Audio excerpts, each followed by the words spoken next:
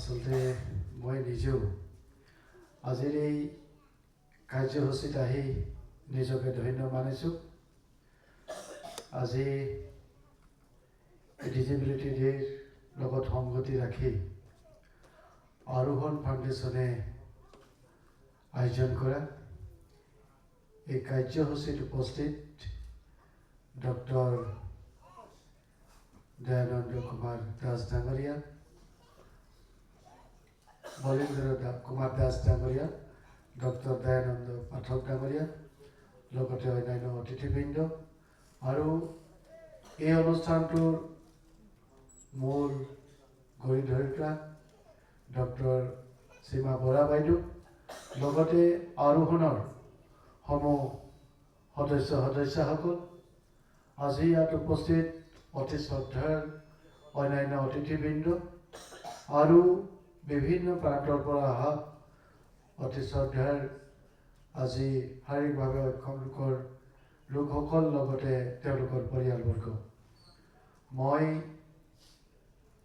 বিশেষভাৱে ডক্টৰ সীমা বৰা বাইদেউ অন্তৰৰ সৈতে ধন্যবাদ জনাইছোঁ যে আজি তাৰিখত আমি যদি চাওঁ তেতিয়াহ'লে বৰ্তমান এই ব্যস্ততাৰ এই পৃথিৱীখনত চবে নিজকে নিজে লৈ পেলাই ব্যস্ত, আৰু তেনে সময়ত আজি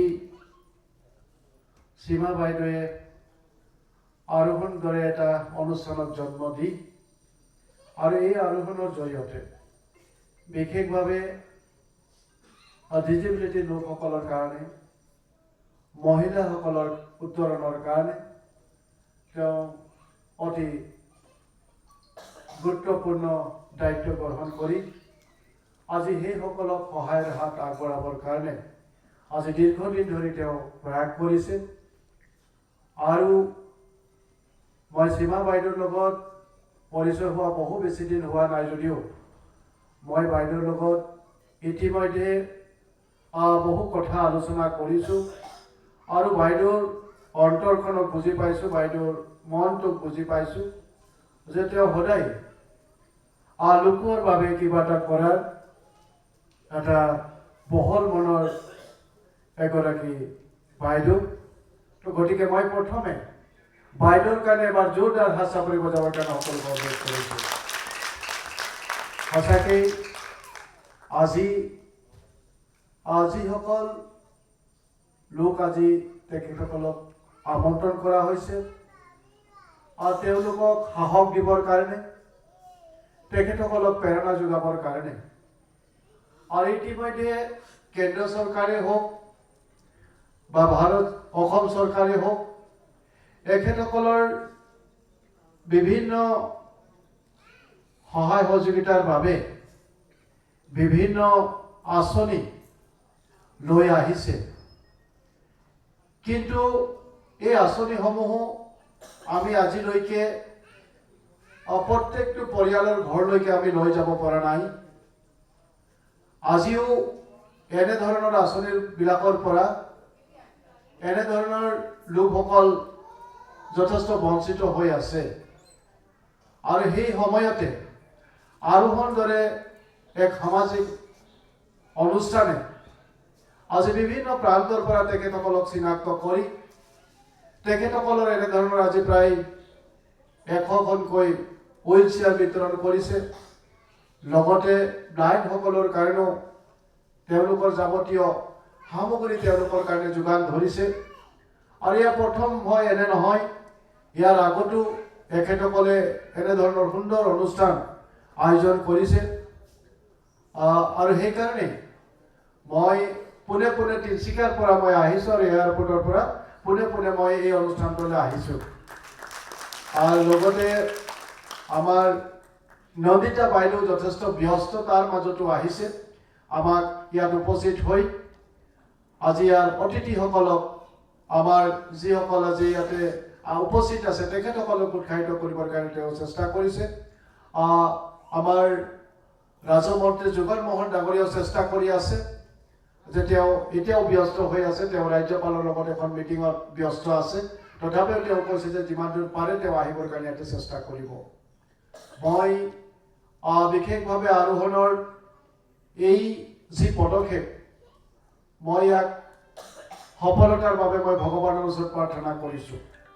আৰু আটাইতকৈ ডাঙৰ কথা ইতিমধ্যে বহুত ঘাট প্ৰতিঘাতৰ মাজেদি আৰোহণ আগবাঢ়িছে। আজি এই অনুষ্ঠানটোৰ কাৰণেও দিনে ৰাতিয়ে সীমা বাইদেৱে কষ্ট কৰিছে। আজি মই কিছু কথা গম পাওঁ সীমা বাইদেউৰ পৰা, সেইকাৰণে সীমা বাইদেউৰ এই কথাখিনি মই বুজি পাইছোঁ। এটা অনুষ্ঠান এনেধৰণৰ আয়োজন কৰাটো যথেষ্ট প্ৰত্যাহ্বান থাকে আৰু সেই প্ৰত্যাহ্বানক নেওচি পৰাই বাইদেৱে এই ব্যৱস্থাবিলাক কৰিছে। তো গতিকে তেওঁৰ সাহসৰ প্ৰতি মই শ্ৰদ্ধা নিবেদন কৰিছোঁ।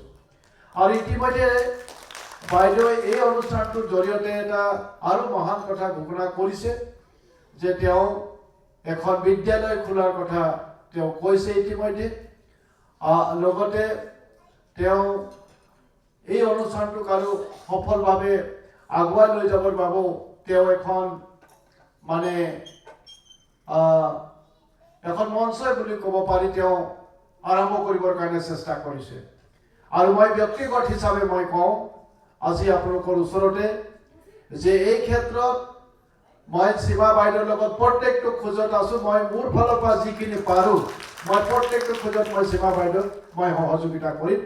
আৰু পৰাপক্ষত বাকী সকলোকো মই ক'ম যাতে হিমা বাইদেউৰ যিটো সপোন, ডক্টৰ হিমা বাইদেউৰ যিটো সপোন, ই খুব সোনকালে যাতে বাস্তৱিত হয় আৰু ৰাইজৰ বাবে যিসকলৰ বাবে কাম কৰিব বিচাৰিছে তেওঁলোকে যাতে ইয়াৰ পৰা তেওঁলোকে সফলতা অৰ্জন কৰিব পাৰে।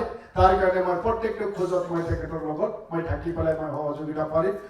এই কথা মই আজি আপোনালোকৰ আগত ক'ব বিচাৰিছোঁ।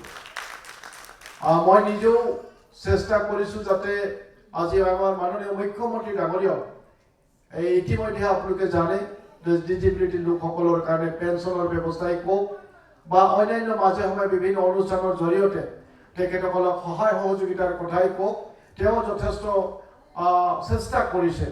মই তেখেতকো ধন্যবাদ দিছোঁ আৰু মই আশা কৰিম যে আগন্তুক দিনত নিশ্চিতভাৱে আৰু এনেধৰণৰ পদক্ষেপ গ্ৰহণ কৰা হ'ব। আজি পদক্ষেপে আচলতে এনেধৰণৰ আমাৰ লোকসকলক যথেষ্ট সহায়ক হ'ব।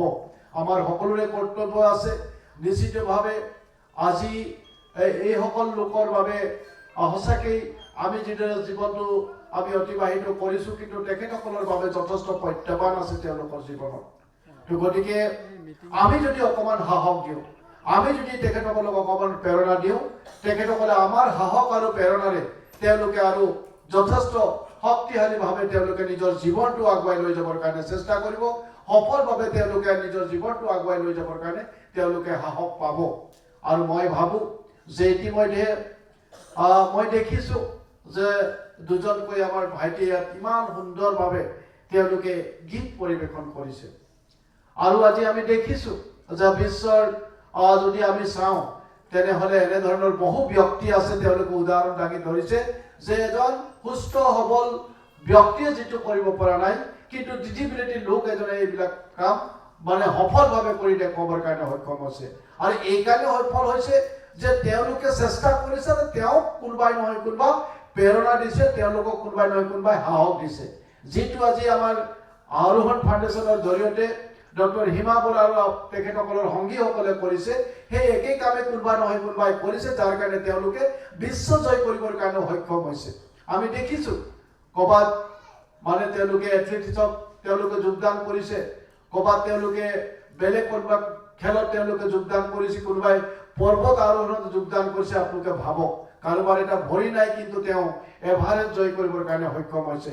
তো গতিকে সেইসকল আৰু এইসকল লোকৰ মাজতো কোনো পাৰ্থক্য নাই। আজি এই ইয়াত যিসকল উপস্থিত আছে তেখেতসকলকো যদি আমি তেনেধৰণৰ অলপ সাহস আৰু প্ৰেৰণা দিওঁ, তেখেতসকলক যদি আগুৱাই লৈ যাবৰ কাৰণে যদি আমি এটা পথ আমি যদি দেখুৱাই দিব পাৰোঁ, তেতিয়াহ'লে নিশ্চিতভাৱে তেওঁলোকে ইয়াৰ পৰা অগ্ৰসৰ হ'বৰ কাৰণে সক্ষম হ'ব। ইতিমধ্যে আমাৰ ইয়াত কেইবাটাও আমাৰ এনেধৰণৰ অন্ধ বিদ্যালয়ৰ পৰা আমাৰ শিক্ষকসকল আহিছে, আমাৰ মুৰব্বীসকল আহিছে, তেখেতসকলকো মই অন্তৰৰ সৈতে ধন্যবাদ জনাইছোঁ যে তেখেতসকলে এনেধৰণৰ ল'ৰা ছোৱালীৰ জীৱনটোক আগুৱাই লৈ যাবৰ কাৰণে যিদৰে তেওঁলোকে ইমান আন্তৰিকতাৰে কাম কৰিছে আৰু আজি তেখেতসকলক ইয়ালৈ লৈ আহিছে। লৈ অহাৰ এটাই উদ্দেশ্য আছে যে এই অনুষ্ঠানটোৰ জৰিয়তে তেওঁলোকে নিশ্চয় প্ৰেৰণা পাব, এই অনুষ্ঠানটোৰ জৰিয়তে তেওঁলোকে নিশ্চয় সাহস পাব। আজি কিছু সামগ্ৰী দিছে, এয়া অন্য ধৰণৰ কথা, কিন্তু এই অনুষ্ঠানটোৰ লগতে এটা সাহস আৰু প্ৰেৰণা দিয়াৰ কাৰণে আমাৰ আৰোহণে এনেকৈ এটা ডাঙৰ পদক্ষেপ গ্ৰহণ কৰিছে। মই ভাবোঁ যে প্ৰত্যেক বছৰে এনেধৰণৰ অনুষ্ঠানবিলাকৰ জৰিয়তে নিশ্চিতভাৱে আমাৰ এই সকলো ল'ৰা ছোৱালী যথেষ্ট সাহস প্ৰেৰণা পাই থাকিব আৰু তেওঁলোকৰ মনোবল বৃদ্ধি হ'ব। মই আগন্তুক দিনতো মই আশা কৰিছোঁ যে আমি আৰু শক্তিশালীভাৱে এই অনুষ্ঠানটোক সফলভাৱে আমি আগুৱাই লৈ যাবৰ বাবে আমি আমাৰ ডক্টৰ সীমা বৰা বাইদেউক আমি সহযোগ কৰা উচিত। আৰু মোৰ ফালৰ পৰা মই যেতিয়াই যেনেকৈ পাৰোঁ মই এই সহযোগিতা আগবঢ়াবৰ কাৰণে মই চেষ্টা কৰিম। আজি মোক ইয়াতে আমন্ত্ৰণ কৰা হ'ল। মিটিংখন যথেষ্ট পলমো হৈছে, মই আৰু বৰ বিশেষ ক'ব বিচৰা নাই। যথেষ্ট দূৰ দূৰণিৰ পৰা নগাঁও তথা যথেষ্ট দূৰ দূৰণিৰ পৰা আমাৰ লোকসকল আহিছে। তো গতিকে তেওঁলোকে ঘৰা ঘৰি হ'ব লাগিব। তো গতিকে মই পুনৰ সকলোৰে উজ্জ্বল ভৱিষ্যত কামনা কৰিছোঁ। আৰোহণৰো উজ্জ্বল ভৱিষ্যত কামনা কৰি আমাৰ ডক্টৰ সীমা বৰাৰ লগতে তেওঁৰ সংগীসকলক সকলোকে অন্তৰৰ সৈতে ধন্যবাদ জ্ঞাপন কৰি আজি সকলোকে পুনৰ শুভেচ্ছা জ্ঞাপন কৰি মোৰ ক'বলগীয়াখিনি সমাপ্ত কৰিছোঁ। ধন্যবাদ, নমস্কাৰ।